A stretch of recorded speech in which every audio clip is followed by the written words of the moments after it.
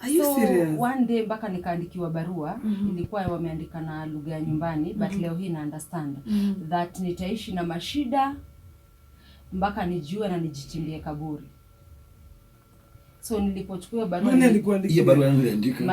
Naweza muita bibi yule uncle yangu. Mke wake uncle. Ndio, na msichana wake ule mkubwa. Yes. Lakini haya yote anapoendelea, my uncle had no idea. What was going on? My uncle was those men who are very busy. He would come home past midnight and leave even before 5. Yes. So at the back of his mind he knows since his kids are at home, wewe pia uko hapo na anajua kwamba asia wanawake of course watamlinda huyu ni mtoto mdogo.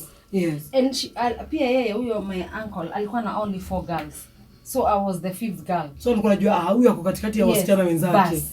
So when I took the letter to my headmistress, she took alichukua mzigo wangu. So mimi nilikuwa naishi kwake. Watoto wanafunga shule, mimi naenda kwake. Visiting day anaambia house girl wake, watoto wakitoka classes wakienda visiting. So unajua saa visiting inaanza after 1 p.m. Yes. Mimi naenda kwake. Mimi naenda kwa headmistress, napikiwa na kula. So mimi nasikia niko kwa nyumbani. Yes, and my headmistress had a daughter. So mimi nilikuwa na sister mdogo, manake alikuwa mdogo wangu. Wow. Ikawa hivyo mpaka nilipokuwa karibia kumaliza shule, mamangu akaja. Na kwangu ilikuwa furaha. Yes. But during this time niko shule, kuna siku shule zilifungwa.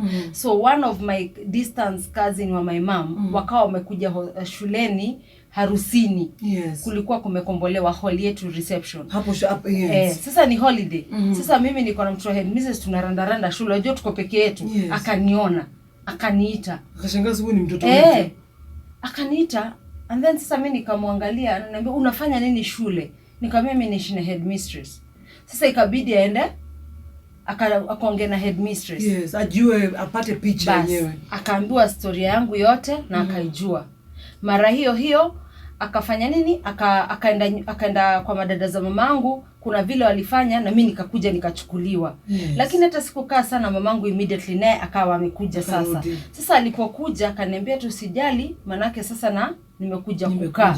So mimi nilifurahi kwa sababu that was my happiness. Yes. I want to stay with my mom. I want to bond with my mom. Maisha ya kuoneshwa picha, ametuma picha, ameandika barua.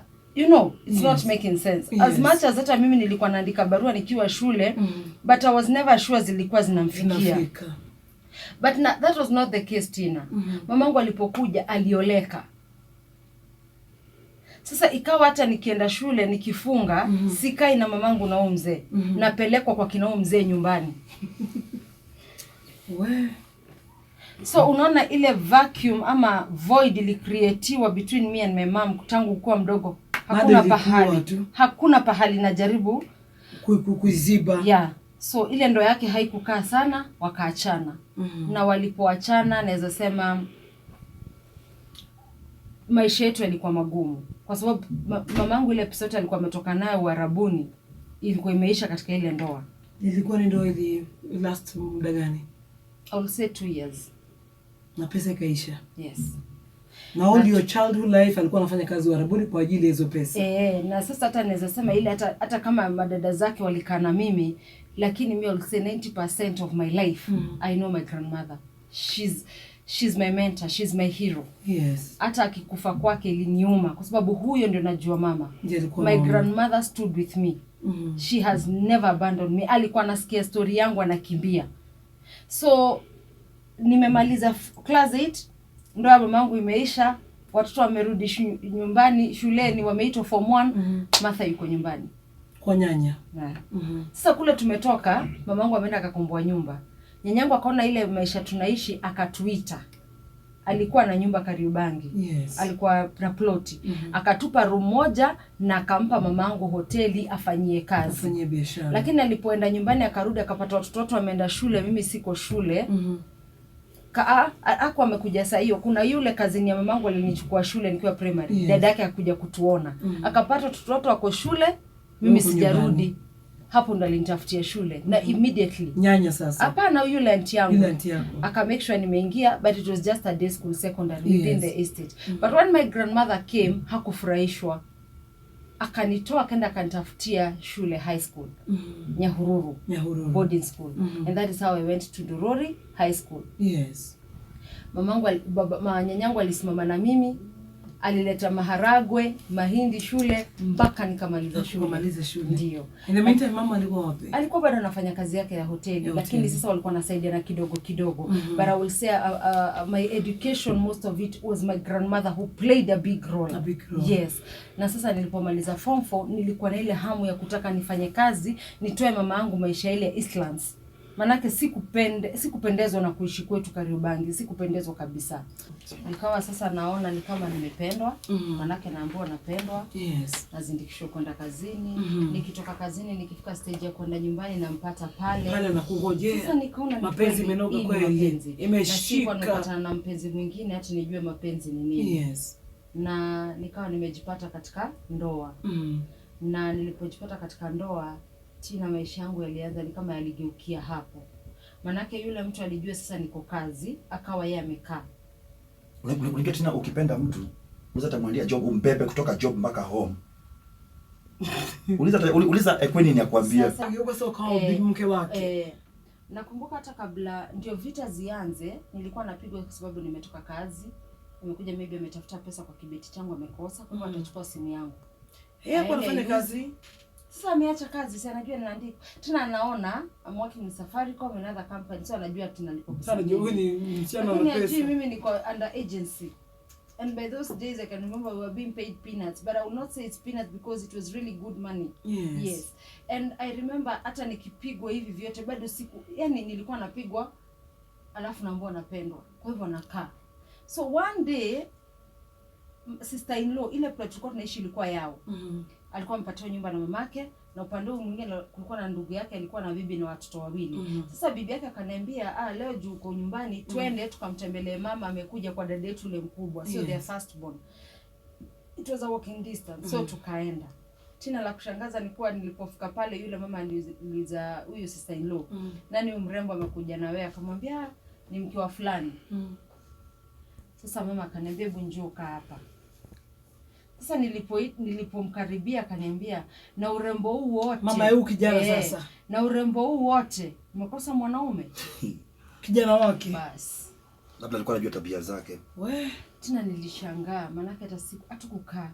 Nilikuwa yani na washo tutatoka saa ngapi niulize huyu mbona mama ameniuliza hivyo, because I know ukipeleka kwa mother-in-law anafaa furahi kijana wake amechumbiana kukaribisha afurahie. Sasa sister-in-law aliniambia unajua mimi sikutaka kukuambia lakini akiwe si wa kwanza. Na wale wametoka hapa hata kuna wengine wametoka wakiani wameumizwa yani vibaya. Tina niliingiza baridi. Ukashangaa hapa ni wapi uliingia? Bas, na nilipoenda nyumbani nikampata. Sasa ilikuwa imefika ile time umeshaingizwa fear. Angeingia kwa nyumba nilikuwa na baridi. Akaanza umetoka wapi? Nikamwambia kwa mama. Haya, tukakaa. Akangoja kila mtu amelala, plot imelala, sasa mimi nenda kulala. Mliongea nini? Uliambiwa nini? Naambia hakuna. Vita ilianza hapo. Na sikutaka kumwambia vile niliambiwa. Na sikutaka pia kusema vile nimeambiwa na sister in law, manake sasa pia nitamletea vita. Kwa hivyo mimi nimenyamaza. Nilipigwa vita tu kama nimenyamaza mpaka kukakucha. Na alikuwa anapiga akikwanza kupiga vita anakuvua nguo zote na anazima stima.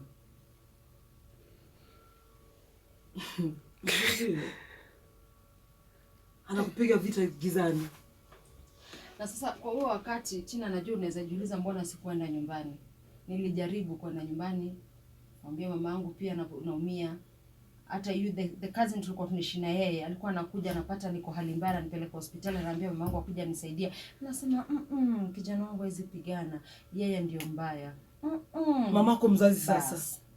Sasa sikuwa kwa kwenda. Na pale ndio ile let me ask you, kwa sababu hapa kwa haya yote ambapo uliingia katika hii ndoa, ukaingia kwa ndoa ya raha, ikaje kawa ni ndoa ya machozi. You've not talked anywhere about mahali ambapo ulienda kumtambulisha ujamaa kwa mamako mzazi. Mamangu anamjua. Manake pia nilimpata, usisahau nimempata kwa barabara stage. Na pale stage nimempata kwa sababu nimempata kwa hoteli ya mamangu. Hoteli ya mamako. Sasa vita ilizidi mpaka pahali siku moja nilipigwa vita ya kufa na kupona. nilipigwa, akaona haitoshi, akachukua chuma ilikuwa inakaa kama tong, akaiplug, akanichoma, akaona hiyo haitoshi, akachukua pasi ndio akaniekelea. Akakuekelea wapi? Kwa mgongo. Hapo sasa ndio nilipozimia. Sasa hiyo alikuwa ni kama amelewa ama ako tu sober? That man was ever sober akikuchapa. Alikuwa anatumia madawa? Alikuwa kwa hiki kikundi ambacho hatuwezi kitaja. Nadhani wanielewa sasa. Si hata tuwaga tunataja Illuminati. Kikundi tunataja tu. Huwa tunawataja. Sasa yes. Ikawa hiyo siku sasa nilijisikia hospitali. Na daktari nilipoamka akaniuliza, mbona unataka kujua na mtoto wako? Nikamza mtoto. Mtoto yupi? Akaniambia wewe ni mjamzito. Sasa tena hapo ndio I think I had a wake up call. Nikaona nitatoka hospitali niende nikakodesha nyumba yangu. Yes. Maanake sasa hii vita ilikuwa imefika pahali mpaka nimefutwa kazi. Kila siku unaenda ukiwa either na black eye, unakosa kwenda. Yaani ulikuwa na issues.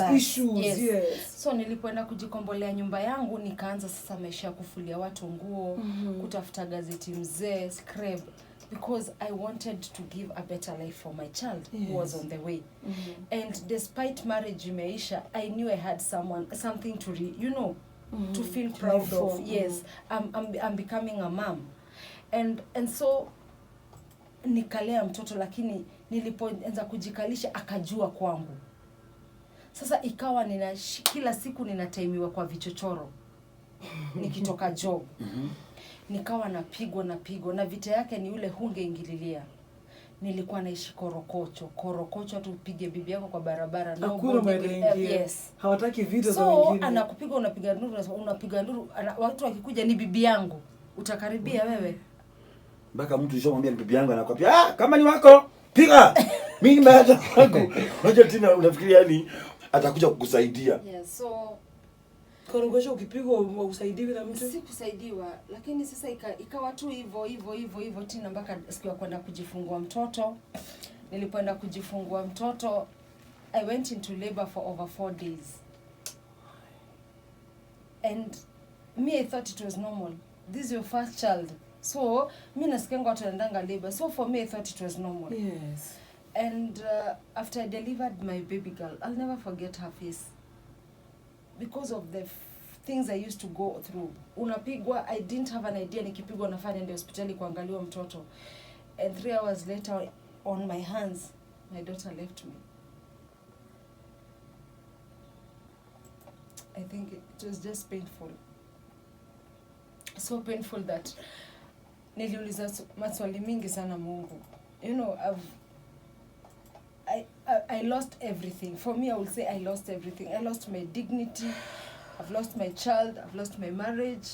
I've lost my self-esteem. Don't forget, this person has always been calling you names. And Anakwambia, you're not beautiful. Nobody will ever love you. I'll make sure I'll destroy you.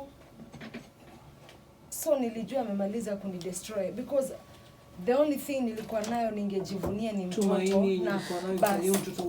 Yes, and so when I was leaving the hospital, that was when my mom came for me. Ukafungwa, and immediately he attacked me. And by the time strength yangu irudi nianza kujidefense, it was too late. He had already had his way with me. He raped me.